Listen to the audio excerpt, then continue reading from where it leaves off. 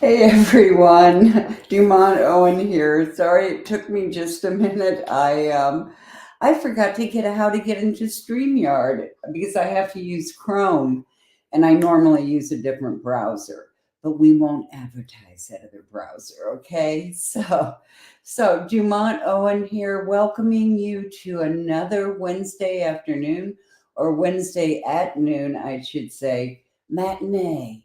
We're going to talk today all about branding. And for those of you who have not met me before, I am all about branding. Yes, I talk a lot about LinkedIn because that's the medium where most of my clients work. But hold on, I'm seeing a little notice up here that's got this little, oh, okay, well, if you're on Facebook, you may not be seeing this because it looks like somehow this event was deleted on Facebook, and I don't understand that other than I know I had to come in and reconnect Facebook this morning. So maybe we lost our connection and it didn't reboot. I apologize. It does look like yes, it is still streaming on YouTube and on LinkedIn. So if you by any chance are watching this in the replay and you tried to get on through Facebook, I apologize. That's not what I like to do. Anyway, I won't have to tell you how to get your name shown on Facebook because you can't watch it right now on Facebook. So, anyway, those of you who don't know me, my name is Dumont Owen, and I'm a master personal brand strategist and digital branding strategist specializing in helping coaches, consultants, and other service providers build sustainable business success using LinkedIn. And, people always ask how I got into this, how I got into this branding thing. I come out of higher ed, to be honest with you. I come out of higher ed. I was in higher ed for several decades. And that whole time I was in career development. I taught career development. I helped students and alums with their career choice and their job search path and all of that. One thing that I was acutely aware of was that, at no time in my life had I ever said, I want to grow up and be a career coach. But, that's where I ended up. And I absolutely loved it. I loved higher ed. I loved working with the students. I was also in administration and I didn't love administration. I'm an educator at heart and a counselor and coach, a trained counselor, a trained coach. And that calls for a very different skill set than administration. So basically, I sucked at administration, okay? And I didn't understand how to maneuver the political landscape in higher education, which, if you've ever been involved in higher ed, can be tricky. Okay, so I have very different talents, and when I left higher ed, I decided I was going to do career coaching. It seemed like a natural thing to do. I'd been in career development all my life, or most of it, and what I found though was that yes, I hung up my shingle, and yes, people who knew me were referring folks, but not enough people, and not people who could afford a price that would make it possible for me to sustain the lifestyle that is not extravagant by any means, but is comfortable for my family and me. So I opened this career coaching practice, and guess what? I didn't have enough clients. I didn't have clients paying the right fees. And eventually I just had to shut the door. I did not know anything about business. So, I picked myself up after a while. I dusted myself off and I started taking some business courses.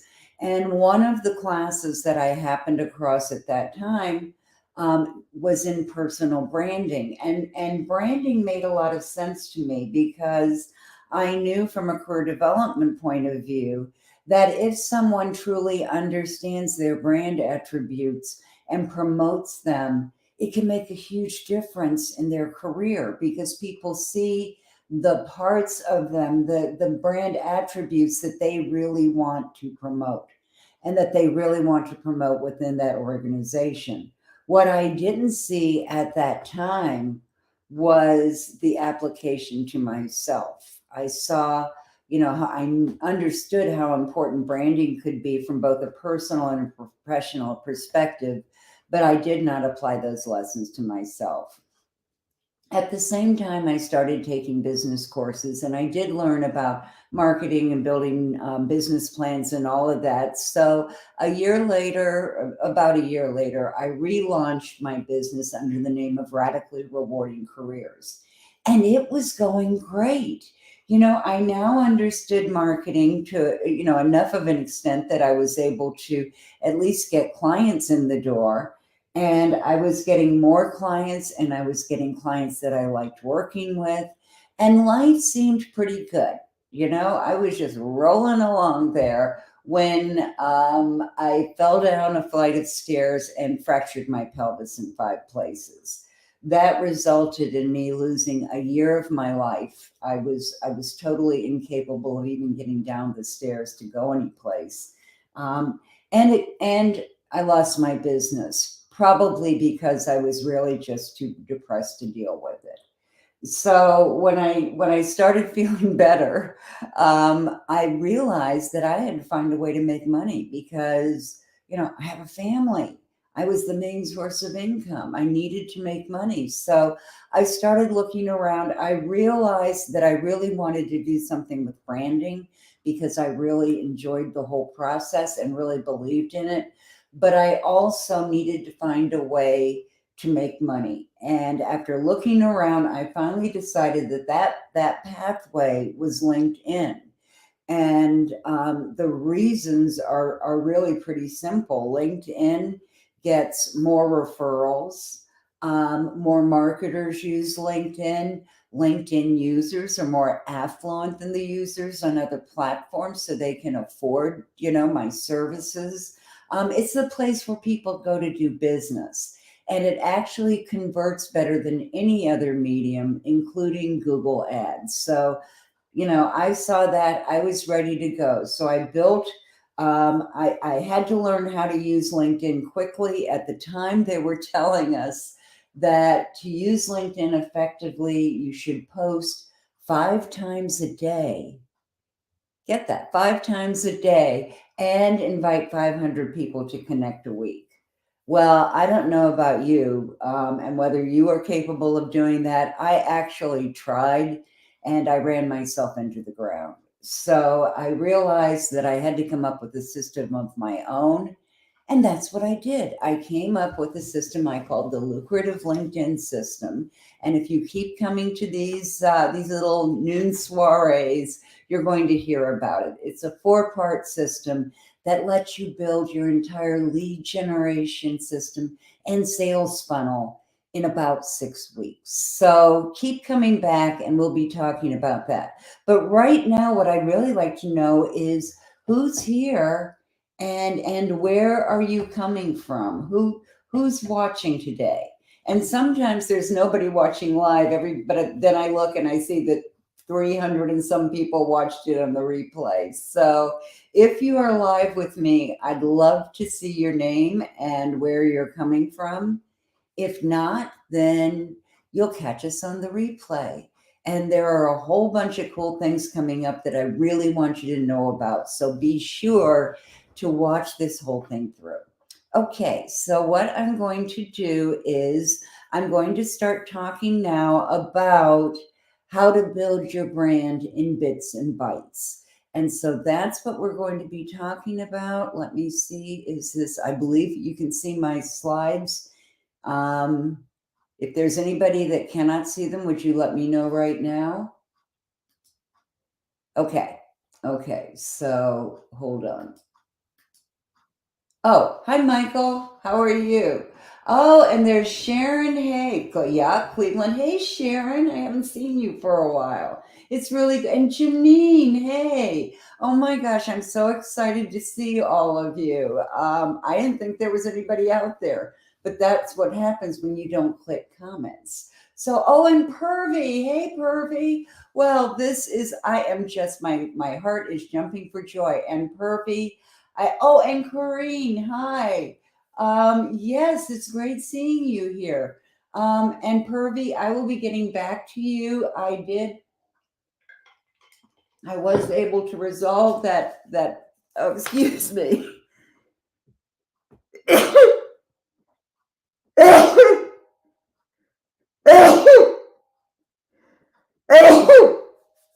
Well, sorry about that, guys. Pervy, I did get that thing straightened out, so I will get back to you and tell you all about it. But I am so glad to see you all. And with that, I'm going to get started because we have a lot of stuff to cover here. So here we go.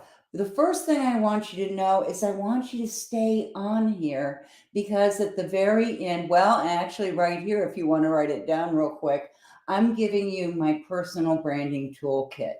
And that's a free toolkit and it contains the 10 elements of brand checklist. And this is a checklist that you can go through to see if you have included all the elements of your brand, if you've looked at all of them. There are also 25 personal branding questions that you can answer that will help you understand your brand. And finally, there's a personal brand template that I'm going to introduce you to today, but you will have that in your personal branding toolkit. So I am so excited about this and I am just ready to get going. So hold on to your hats. If you have questions, just put them in the comments. I promise I will answer them. Okay, so what are we doing today? I'm going to give you an overview of the personal branding process because it is a process that you undergo. We're also going to talk about what exactly a personal brand is, and then 3 steps to take in order to build your personal brand. Your personal brand is not a mystery.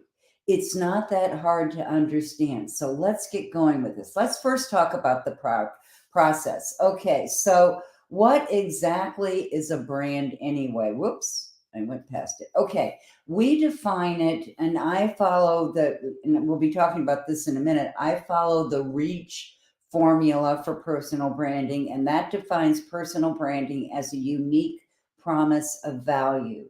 It's unique because it's unique to you. No one else on LinkedIn has the same brand. Nobody else in the world has the same brand. We are all unique. It's a promise because number one, it's your brand promise. In other words, it's what you promise to deliver every time. It's what you always bring to the table.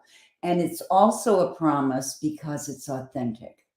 And authenticity is so rare these days that we really notice it when it happens. I know you've been through this experience where you've been in a room or at a party where it felt like everybody was pretending to be somebody else. And no, I'm not talking about your Halloween party, but where no one really seems authentic.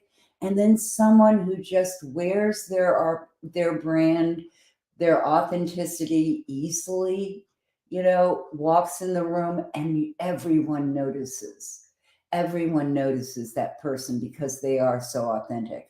And then finally, it's a value because you always deliver value, right? I don't even have to tell you that. I know you do it. So let's look at the process of how to do this. So first, let's just talk a little bit about the history of personal branding. Let me change my glasses here for a second. Okay. So this handsome guy you're seeing right here, his name is William Arruda. And William is the founder of Reach Communications and now the founder of a second business. But I studied personal branding under William. And I will tell you, the man is brilliant. I learned so much. I worked with him, I worked under him, and it was just a fabulous experience. The first time I ever heard of personal branding was I think it was actually in the late 60s or maybe early 70s. I can't see the date on that. Or maybe it was the early 60s. Anyway, no, it couldn't have been the early 60s. It was sometime in the 70s or 80s that this came out. And it was an article written by Tom Peters, who was the business guru of the day. You can still find his books everywhere. And he wrote an article for what was then a brand new magazine, Fast Company. And the article was titled A Brand Called You. If you don't move up, or it was, let's see, Tom Peters, well, anyway, but the whole point of it was to get hired, you needed to move up and you needed a personal brand to do that. Because if you didn't have your brand to promote, you were going to be beaten by all the people who knew the right brand attributes and were projecting them. Okay, so this is just a picture of some of the world's strongest brands. And what I'd like you to think about right now is whether you have an emotional reaction to any of these, because a strong brand inspires emotions. So, just a quick aside here, a quick confession perhaps. For years, I was in a mixed marriage. And by that, I mean, I was PC. I owned a PC. My husband owned a Mac. And he tried to remake my PC all the time. It was literally, we had two very different viewpoints. And we had quite a few discussions, shall I say, about it. Now, when I retired from higher ed, I left my computer with them and I needed a new computer. And to maintain marital peace, I decided to buy a Mac, and we've been great ever since. But at that time, one of us looking at Apple or at Microsoft, at that logo, would have had a very emotional reaction to it. So, that's one way to think about it. Think about Coca-Cola. People are adamantly loyal to their cola. Whether it's the new Coke, remember when Coca-Cola tried to rebrand as the new Coke, it went nowhere. Or whether they're Pepsi lovers, or I think is there still an RC Cola? I don't know. But anyway, people are loyal to their cola.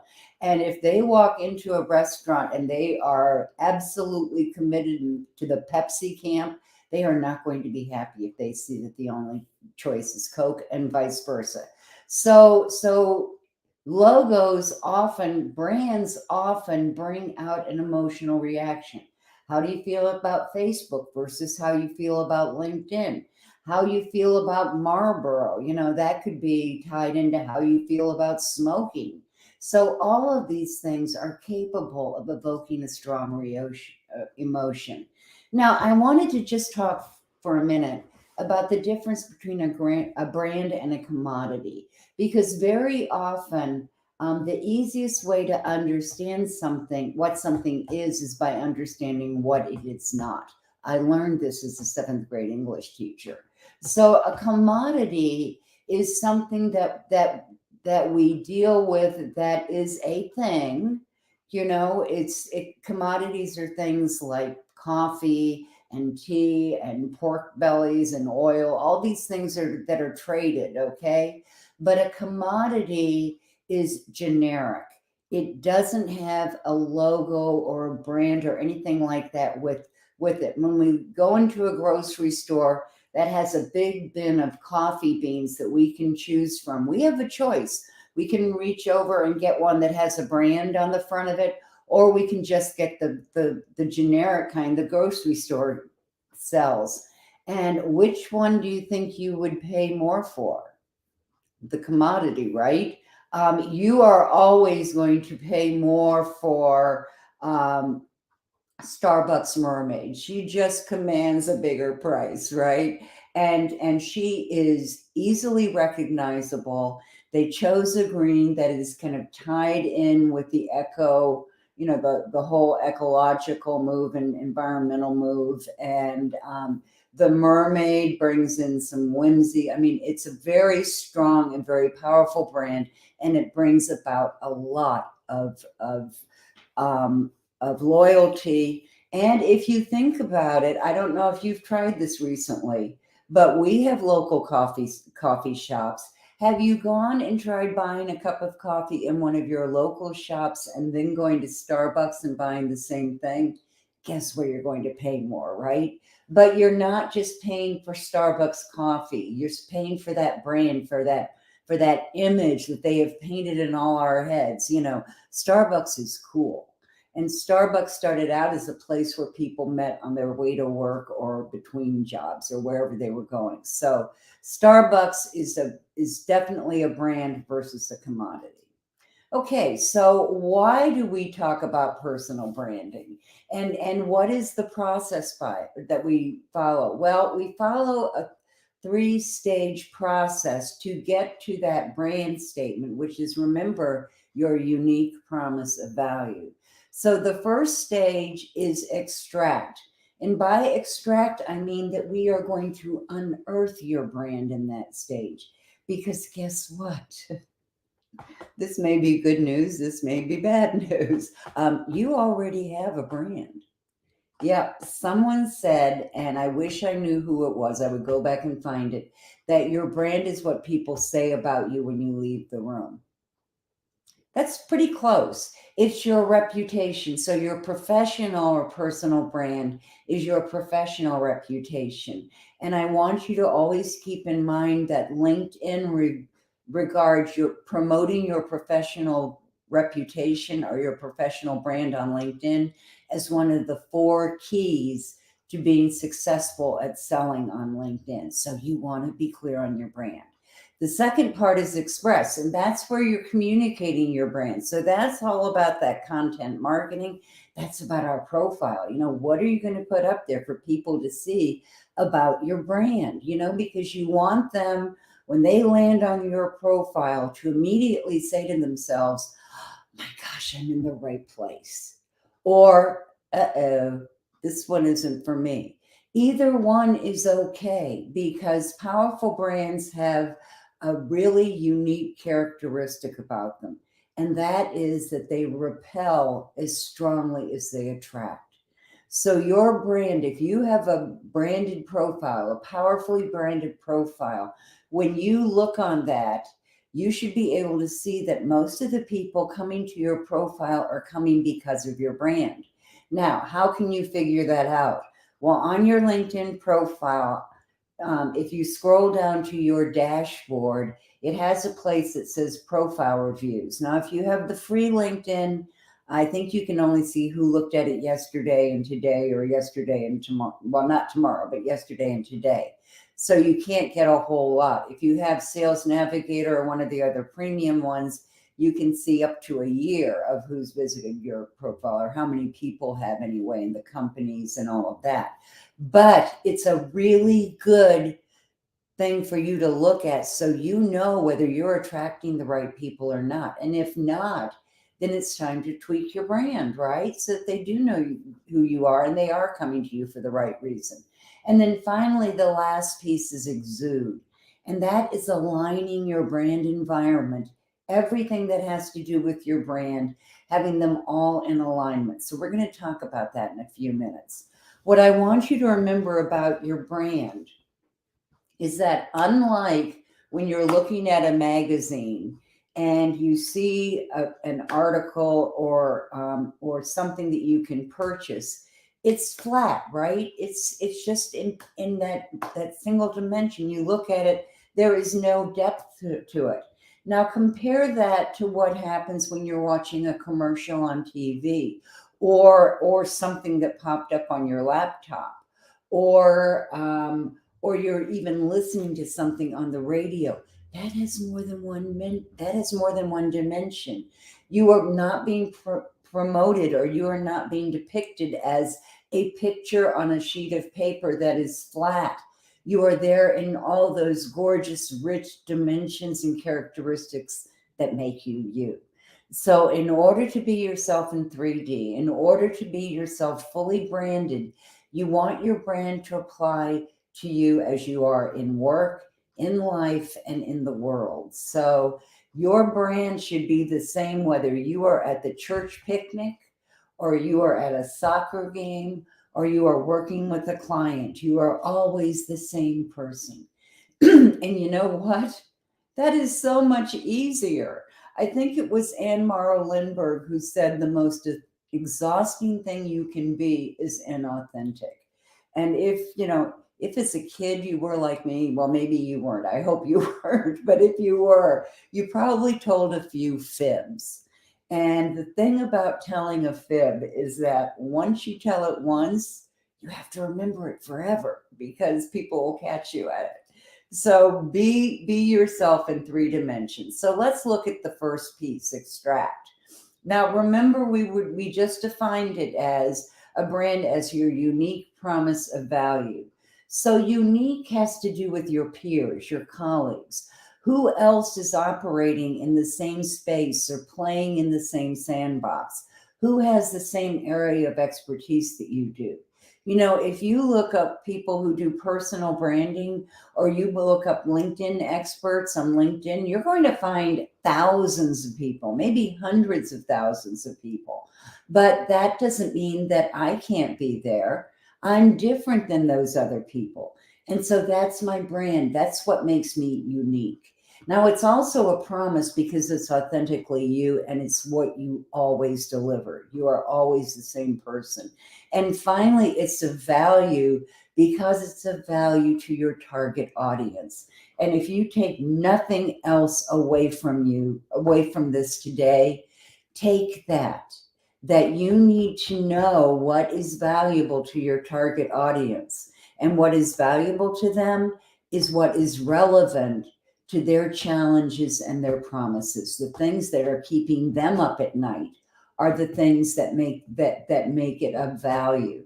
So just remember, if you send somebody a free gift, if you connect with someone on LinkedIn and then you immediately send them a free gift, you're making an assumption about them. You are assuming that because they are who they say they are, or we hope they are, they usually are on LinkedIn, and because they have accepted your invitation, that they want your free gift. Well, maybe not. Maybe this is not the right time. Maybe that's not why they connected with you. I'm connecting with a whole lot of people in digital marketing right now because I'm going to be doing the Digital Marketing Summit for people who do digital marketing. So I'm connecting with people that I don't have any intention of having as clients, that I know probably won't be clients, but I'm connecting with them for a different reason. So if they accept my invitation and I assume that they want to learn about personal branding or LinkedIn, I could be very wrong and I could be sending them something that they're going to think of as spam. And aren't we all used to getting spammed on LinkedIn? So don't contribute to the spam. Connect with someone, and then when you write back to them, say something like, hey, thanks for connecting. I really like to offer something of value to my new connections. And one of the most valuable things I can think of to offer you is introductions to people that I know in my network. So could you write back and tell me who would make a good referral for you? Bam, I'd accept that invitation in a second. So that's something that's of value, and you're not making an assumption about them. Okay, so remember, I'm going to go back for just a second if it'll let me. Yeah. So remember, we're defining a brand as your unique promise of value. So it's unique. Whoop, going in the wrong direction. It's unique because it's your promise, or it's your promise because it's about authenticity. It is who you are, authentic. Come on, Dumont, authentically, and how you show up. So that every time you interact with someone, whether it's interacting with somebody, like I said, at church, or whether it's at the PTA meeting, or if they have PTA meetings where you live, or whether it's working with a client, you are still authentically you. You aren't one person one day and one the next. I don't know how many of you have worked a lot in industry or worked a lot of different kinds of positions, but if you have, you may have had the experience of feeling like you have to leave your personality on the peg outside the door because you won't fit in if people really know who you are. Well, that doesn't feel very good, does it? So we really want to be authentic. And authenticity is measured in two ways. One, how we look at ourselves, and the second, how other people look at us and see us. So we want our internal perspective of who we are authentically and what makes up our brand, and then we want feedback from others. Okay, so when we look at introspection, what are some of the things that we need to know? Well, we need to understand our goals. If you don't understand your business goals, then being on LinkedIn, and no matter how hard you work at it, is not going to work for you because you're not addressing your business goals. If your goal is to get on more stages this year because you really want to enhance your professional brand and you want to start selling your book on stage next year, your goals on LinkedIn are a whole lot different than if you're trying to find people in your local neighborhood who will come to your fitness center. Okay, different strategy, different goals, different strategies. You also want to be clear on your values and passions. You know, when I say values, I'm not talking about situational values. You know, when our children are babies, if somebody asks us what we value, we might say a good night's sleep, right? You know, that's huge. But as we get older, well, we might say that as we get older too. But our values, the values that I'm talking about are our core values. You know, a core value would be loving children or loving mankind or believing in equality or that every child has a right to grow up in a loving home. Those are values, okay? Those are the ones I'm talking about, the things that are guidelines for you. You do not change these, okay? We're also talking about passions or interests. You know, what is it that makes you jump out of bed in the morning? You know, or if you're a slow riser, what makes you crawl out of bed in the morning? But what really fires you up? That's part of your brand. And what are your strengths and skills? You know, when we talk about strengths, what are your superpowers? You know, what do you do better than that other 100,000 people with your same job title? Because you're unique and you have different strengths and skills. So all of those are part of your brand. You know, when you think about goals, well, what role do you want next? You know, make that a headline. And I'm not going to go a great deal into headlines today, except that to say we're going to be looking at brand statements, and that has everything to do with your LinkedIn headlines. So we will be talking about it. Another thing that you can do when you're trying to establish your professional brand is to identify your top 5 values or uncover your top 3 passions. And you also want to know what people think about you, right? So there are a number of ways you can do this. And I'm not here to sell you anything today, okay? So I'm showing you right now one way.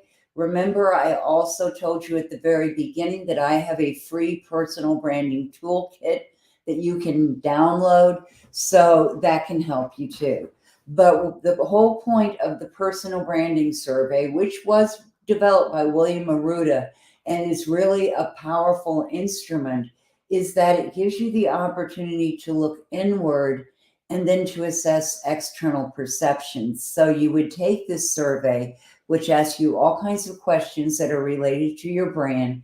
You would take it and then you would send it out to 25 to 30 to 35 people that you know in all different walks of life. You don't want just your ex-clients or current clients. You want your family, you want your friends, you want your old mentor, you want your business coach, you want, people who know your friends, people who know you in all different ways, because what that does is it gives you a richer image of who you are, because people will reply.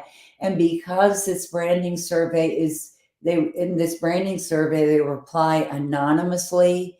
They will absolutely tell you the truth. But here's the thing. I've had clients who didn't want to do this because they said, oh my God, I'm going to let 30 people tell me what they like or don't like about me. It doesn't work that way. This is a branding survey. We're trying to find your most marketable attributes. So there are no places for bad comments. Okay. They're only going to tell you how great you are. And there are a couple of projective exercises that are just fun. Like if they were doing, well, I have done it many times. One of the questions might be, if Dumont was a cereal, what kind of cereal would she be? And you'd be amazed at some of the answers. But anyway, so this is one way that you can do it. If you would like to order the Reach Personal Branding Survey, you can order it online, but you can also order it through me for $100 less. I'm not trying to sell it.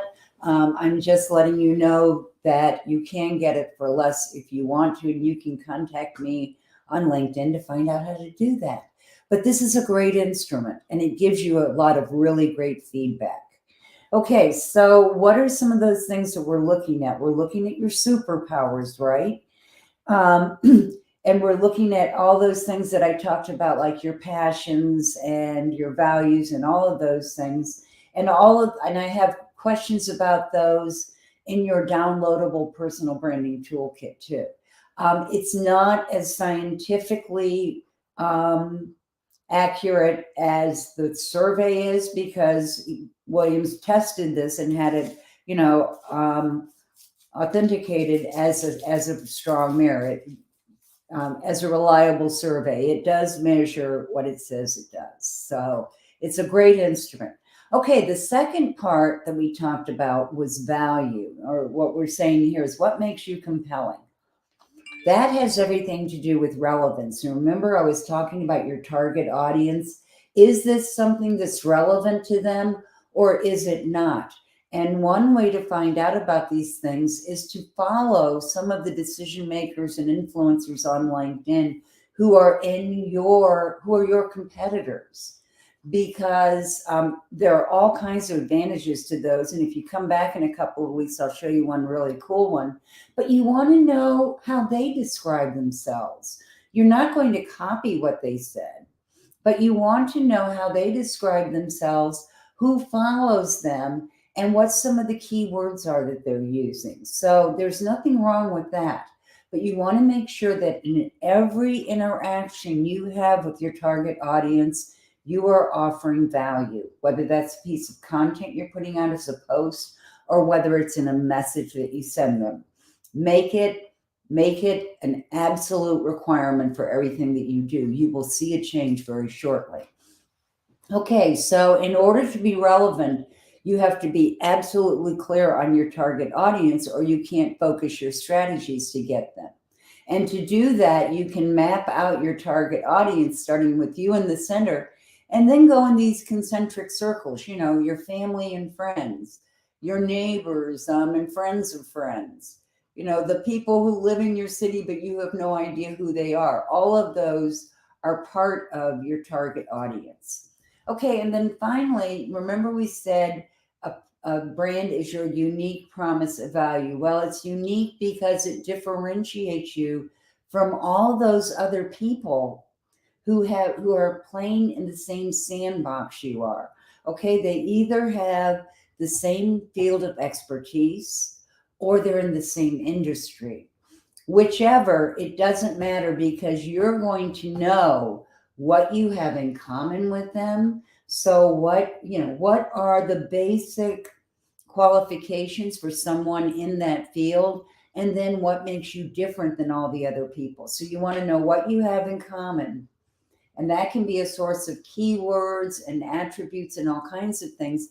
And then you want to know what makes you different.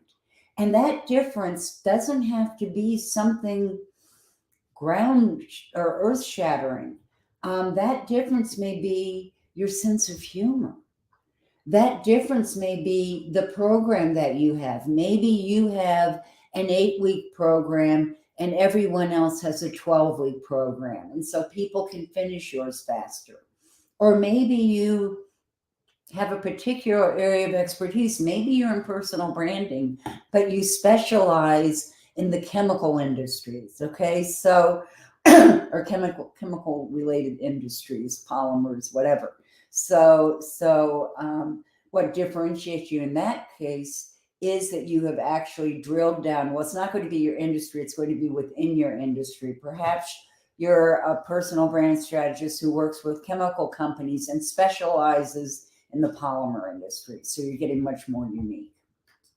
Okay, so when we're talking about that reaction, again, we're talking about just some differences, not huge differences. You know, if you think of the difference between MasterCard, Visa, and American Express, okay, they all do basically the same thing, right? They all let you get money or reserve something without actually paying cash. But from there, they differ. You know, two of these cards allow you to carry a balance. Now you pay interest on that balance, but you can carry a balance. Whereas in American Express, you pay it all off at one time. They're used for different things. They're often accepted in different places, but they all have one thing in common, and that's the way that you use them. Okay, now I wanted to talk just a few minutes about your brand statement. Now, those of you who have, and I'm sure most of us have, ever looked for a job have heard of an elevator pitch. And if you didn't, let me enlighten you. Your elevator pitch, this is a concept that came from Madison Avenue, which was known for all the big advertising agencies.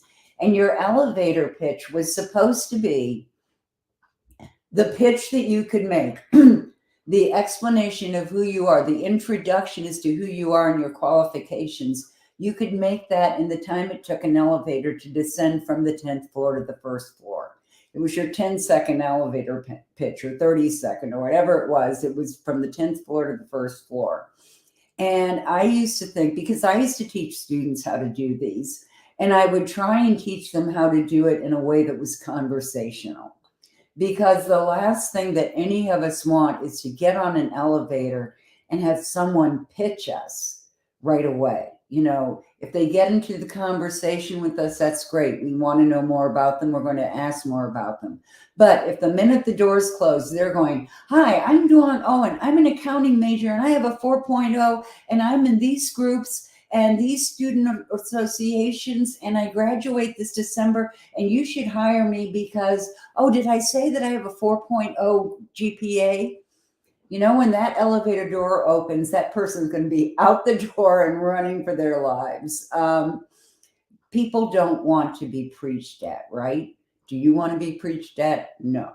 So what I'm going to teach you here is how to do a personal brand statement, but one that's simple and one that you can work into a conversation and they won't feel like they've just been pitched. Okay. So let's do that. There are 3 versions I'm going to show you of this, but I'm going to also, when I send out the replay, I'm going to include one more piece. So let me go into that in a minute. Your personal brand statement is a 1-sentence statement. 1 sentence, yeah, is a statement that's 1 sentence long, and it talks about your superpowers or your strengths, who you help, and how you help them, you know, what the results are. So in these, I've included 3 different versions. One is I use my blank to blank for blank. That sounds faintly dirty. But I could say I use my knowledge of LinkedIn and personal branding to build LinkedIn lead generation systems for coaches, consultants, and trainers. Or I could say, I could use any of those words. So let me use I support coaches, consultants, and trainers by creating powerful lead generation systems using and I left that out of there. I'm sorry, using my knowledge of LinkedIn and personal branding. Or I could say leveraging my knowledge and experience with personal branding, I deliver lead generation systems to coaches and consultants who want more clients. Excuse me. The main thing here, excuse me, I don't, uh-oh.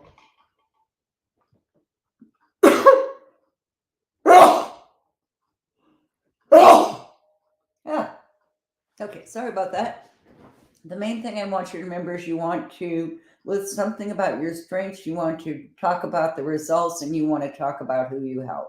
So your strengths, your niche, and the results.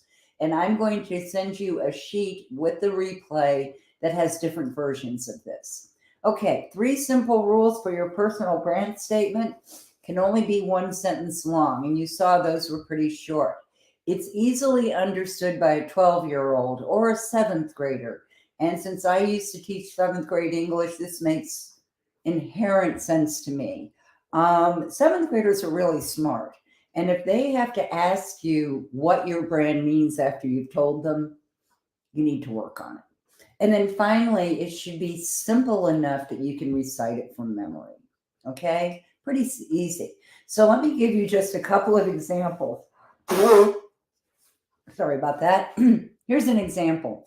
And this was done, the person who did this had taken the 360 reach. And what they were doing was they were creating their brand statement using these attributes that the 360 reach identified. So they learned that people saw them as having empathy, as being leader-like, creative, and having high energy. So this personal brand statement says, through my natural enthusiasm and my empathy for others, I inspire R&D professionals to develop innovative products in biotechnology. Okay, so that's got strengths, enthusiasm, and empathy. It's got results, innovative products in biotechnology, and it's got her target audience, R&D professionals. All done. Here's another one. This person was told that she was calming, philanthropic, forward-thinking, and caring. And this is her personal brand statement. I deliver Zen-like webinars. I love that. And online learning programs to stressed out, overworked police officers, firemen, and EMT workers to help them identify, manage, and reduce stress. Yes, I want that person in my corner. And that definitely, we can see calming as Zen-like, describing her audience as stressed out people. I mean, she's very, very clear on who her audience is, and she's very clear on the results. Okay, I am going to skip through this so that I can make sure I can get to this last piece, but I'll stay on if people have questions. Exude is the final piece. And remember, I said exude is where we align our personal brand elements. So when you're thinking about this, I want you to think about all the different elements of your brand environment. If you work out of an office, what does your office look like? Mine has a certain appearance that I want to project in my office. What does your logo look like? Maybe this is your logo. Brand? Well, probably not, but if it were, that might be it. What is your brand color? What does your font look like? All of those things are part of your brand elements. So when you're thinking about your brand, and I'm going to drop this button because I don't think you can see this. Hold on. No, you really can't see it very well, but you can see it. I will send you this link too. But this is the link to what I'm showing you right here is a link to a video on YouTube that talks about your brand color. And your brand color is really, really important because remember, color evokes emotions. So if your brand color is blue, people see you as trustworthy, honest, knowledgeable, dependable, all of those kinds of things. Think of IBM was for years known as Big Blue, and banks use blue a lot in their signs, or if they don't have blue very often, they have red, which indicates passion. So and drive and all those kinds of things, a lot of energy. Now, green is emotionally soothing. A lot of counselors and educators use green. Yellow is just what it sounds like. It is sunshine. It is bringing sunshine into people's lives, making them happy. That's yellow. Orange is about energy. Red has a lot of energy, but it's that passion. Orange just brings that zest and that let's get it done and let's go, gang. That's orange. And then finally, purple often means royalty or religion. And one person who used purple a lot, if you are from the United States, you may recognize the name Prince. Prince was not only a classically educated recording artist who played umpteen different instruments, he was also a Jehovah's Witness and went out witnessing for his faith on weekends. So just a little aside there. Okay. All right. It won't show the brand attributes on that slide, so I just went straight here. Thank you for sticking around, and I am going to put up here that's the link to your LinkedIn toolkit, but I'm also going to drop it in the chat for those of you who are live in case you want to get it.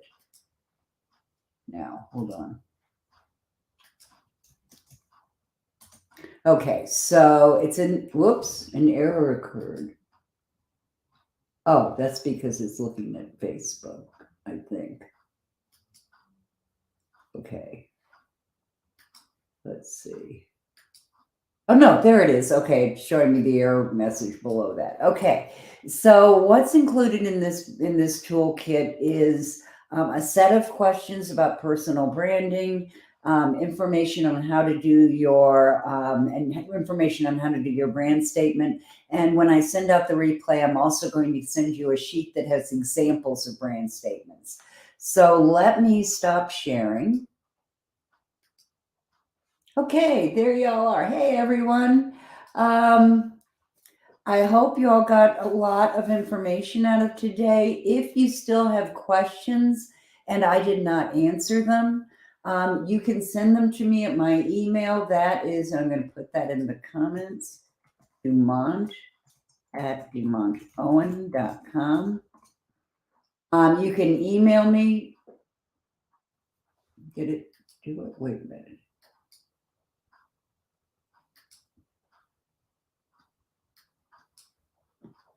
Yeah, there. Well, it's saying there was an error, so you may not be able to see that. I don't know. Anyway, it's dumont@dumontowen.com. Oh, we're seeing everybody's comments. Okay, thank you, Purvi. Sorry about that, Corinne. Everybody's getting to see your screens, so it's still showing up. I don't know what happened there. But anyway, Corinne and everyone else, I really enjoyed today. I really enjoyed having you on. And I will be sending you all the follow-up, including the PDF of this presentation. So thank you. And thank you, Janine. Thank you, Purvi. Thank you, everyone. See you next week.